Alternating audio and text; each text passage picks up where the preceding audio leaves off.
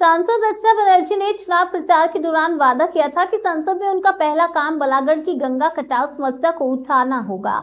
उन्होंने वादा निभाते हुए संसद में अपने पहले ही संबोधन में इस मुद्दे को प्रमुखता से उठाया। केंद्र सरकार को लगातार सूचित करने के बाद आखिरकार गुरुवार 16 जनवरी को केंद्र की प्रतिनिधि टीम बलागढ़ से भदेश्वर तक गंगा कटाव का निरीक्षण करने पहुंची। रचना बनर्जी ने कहा कि चुनाव प्रचार के दौरान मैंने लोगों की समस्याएं देखी थी। शपथ लेने के बाद सबसे पहले मैंने संसद में बालागढ़ की गंगा कटाव की समस्या उठाई। जिस तरह बालागढ़ धीरे धीरे गंगा में समा रहा है वह दृश्य असहनीय था। आज अंततः मेरे प्रयासों का परिणाम दिखा। सांसद बनने के बाद बालागढ़ में गंगा कटाव का निरीक्षण करने के लिए केंद्रीय प्रतिनिधि टीम की यात्रा ने राजनीतिक चर्चाओं को जन्म दिया। हुगली क्षेत्र से तृणमूल सांसद रचना बनर्जी के प्रयासों को लेकर चर्चा है कि पिछले 5 साल तक भाजपा सांसद रहते हुए भी इस मुद्दे पर कोई कदम नहीं उठाया गया। इस घटना से भाजपा को असहज स्थिति का सामना करना पड़ रहा है, जबकि तृणमूल को राजनीतिक बढ़त मिल रही है।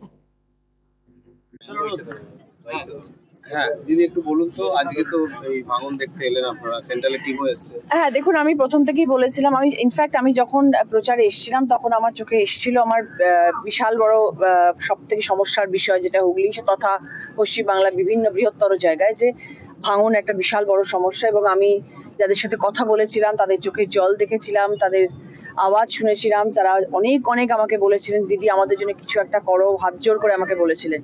তাই বলেছিলাম ভাই আমি যদি আসি সাংসদ হয়ে আমি নিশ্চয়ই চেষ্টা করবো, আমার তরফ থেকে যতটা সম্ভব আমি চেষ্টা করবো, সেটা আমি তাদেরকে কথা দিয়েছিলাম। এবার যখন আমি সাংসদ হলাম তখন আমার প্রথম মুখ্য কাজ হয়েছিল, ভেবেছিলাম যে আমি এই আওয়াজটা তুলবো পার্লামেন্টে, যে আমাদের যেন দেখা হয়, আমাদের এই ভাঙন নিয়ে যেন চিন্তা করা হয়। তার জন্য যাবতীয় যা করণীয় আমি করতে চেষ্টা করেছিলাম। আমার তরফ থেকে আমি যা চেষ্টা করেছি সেটা হচ্ছে আমি চিঠি লিখতে পেরেছি। আমাদের ইরিগেশন ডিপার্টমেন্টের মিনিস্টার আছেন, আমাদের অত্যন্ত শ্রদ্ধেয় মানস ভূঁইয়া স্যার, উনি আমার লেটার নিয়েছেন এবং আমি ভীষণ চিরকৃতজ্ঞ ওনার কাছে যে উনি আমার তাৎক্ষণিকভাবে উনি আমাকে রিপ্লাই দিয়েছেন। শুধু মানস দা নন, আমাদের সেন্ট্রাল টিম থেকেও আমি যখন তাদেরকে লেটার পাঠিয়েছিলাম যে আমাদের বলাগড় নিয়ে, যেহেতু আমার কনস্টিটুয়েন্সির মধ্যে বলাগড় পড়ে, গুপ্তিপাড়া সবকিছু পড়ে, তো সেই জন্য আমি আমার জায়গা নিয়ে বলেছিলাম এবং আমি বলেছিলাম যে প্লিজ আপনারা একটু দেখুন যদি একটুখানি কাউকে পাঠানো যায়, যে আমাদের এখানে এইরকম ভাবে মানুষ ঘর ছাড়া হয়ে যাচ্ছেন, তারা আজকে বাড়ি আছে পরশুদিনকে দেখছি বাড়িটা নেই, তো যদি আপনারা একটুখানি দেখেন। তো I am very much grateful to all of them যে আমার সেখান থেকেও আমি সেন্ট্রাল থেকেও প্রচন্ড রকম ভাবে খুব তাড়াতাড়ি চিঠির লেটারের রিপ্লাই পেয়েছি এবং তারা বলেছেন ম্যাডাম আমরা ডেফিনেটলি ব্যাপারটা নিয়ে চিন্তা করব, ভাববো। এবং ওনারা যে চিঠিটার মর্যাদা রেখেছেন সেটা হচ্ছে সব থেকে বড় কথা। আজকে পুরো টিম আমার সাথে রয়েছেন, তো সেইটার জন্য আমি ভীষণ grateful to all of them, সবার জন্য। আমি যারা আজকে আমার সাথে এখানে টিম মেম্বার্সরা রয়েছেন আমি সবার কাছে ভীষণ ভাবে গ্রেটফুল এবং আমি সেন্ট্রালের কাছে ভীষণ গ্রেটফুল এবং আমি আমার দিদির কাছে ভীষণ গ্রেটফুল এই জন্য, কারণ দিদি আমাকে বলেছিলেন যে রচনা তোমাকে লড়াই করতে হবে, তোমায় লড়তে হবে, তুমি চেষ্টা করো। এবং আমি সেই চেষ্টা চালিয়ে যাব, আগামী 5 বছর আমি যতদিন আছি আমি আমার চেষ্টা চালিয়ে যাব।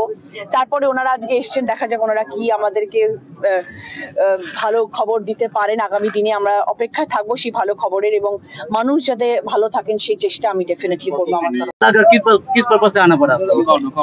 ऑनरेबल एमपी मैम के इनिशिएटिव से और फिर हमारे जल शक्ति मंत्रालय, हमारे चेयरमैन जीएफसीसी के गाइडेंस से हम लोग को भेजा गया है यहाँ पे कि फिजिकली वेरीफाई करें कितना इरोजन हो रहा है, उससे कितना प्रॉब्लम हो रहा है और उस बेसिस पे फिर हम लोग रिपोर्ट अपने हायर अथॉरिटी को प्रोवाइड करेंगे और फिर इस पर टेक्निकल टीम बैठेगी और फिर आगे देखेंगे क्या करना है इस पर और आगे की रिकमेंडेशन फिर दिए जाएंगे, क्या लिया जा सकता है। ये रिपोर्ट किसको देंगे आप?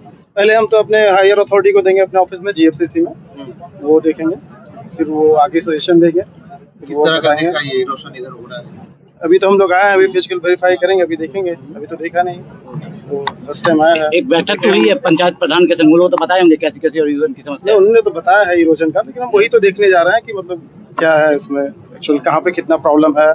इसमें कई तरह प्रॉब्लम बताया उन्होंने कि बहुत ज़्यादा सिल्टेशन है, तो कहीं पे आइलैंड जैसा बन गया है, उसकी वजह से कुछ इशू हो रहा है, फ्लो डाइवर्ट हो रहा है, उसकी वजह से ज़्यादा इरोजन हो रहा है बैंक पे, राइट बैंक पे, तो वही देखने हैं।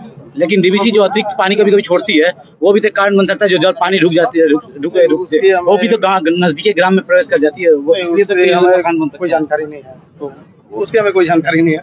लेकिन तो आप सिर्फ आप इंटीग्रेशन लोग जो पर रिपोर्ट लिखना है। देंगे उसके ऊपर ही तो कार्रवाई होगी ना। हाँ, बिल्कुल वही होगी। तो हम लोग तो देखेंगे वो क्या प्रॉब्लम या है उसका। देखें क्या जो प्राइमरी इधर जो हम है, प्राइमरी रिपोर्ट बनाना हमें कि फिजिकली वेरीफाई करके। अच्छा, हमने तो रिपोर्ट तो आया है, मैम ने क्वेश्चन उठाया है, वो आया है, हम लोग पढ़े हैं, तो कोई फिजिकल देखना है, हमें फिजिकल वेरीफाई करना है साइट पे जाके। आप ये हुगली में ही आए हैं कोलाघाट में या कोई और नहीं, वेस्ट बंगाल हुगली में में ही गए है, हैं। हुगली में ही है। कितना जन आया है? अब तो कितने जन? 3 लोग। 3 लोग। फिर नाम बोल दीजिए। तीनों का नाम बोलिए सर। मैं रंजीत कुमार हूँ, हमारे एडी हैं दीपक कुमार एंड रोशन कुमार। रोशन कुमार। और आपका डेजिग्नेशन? मैं डिप्टी डायरेक्टर। Deputy director. 3 लोग ही, तीनों जन। नहीं, असिस्टेंट डायरेक्टर है, 2 असिस्टेंट डायरेक्टर। और मैं दिल्ली से आया आप? नहीं, पटना से। पटना से आया? मंत्रालय, दिल्ली मंत्रालय से है ना? नहीं, हमारा ऑफिस पटना में, हेडक्वार्टर पटना में। हेडक्वार्टर पटना में। मंत्रालय दिल्ली में है, बट हमारा डिपार्टमेंट थैंक यू।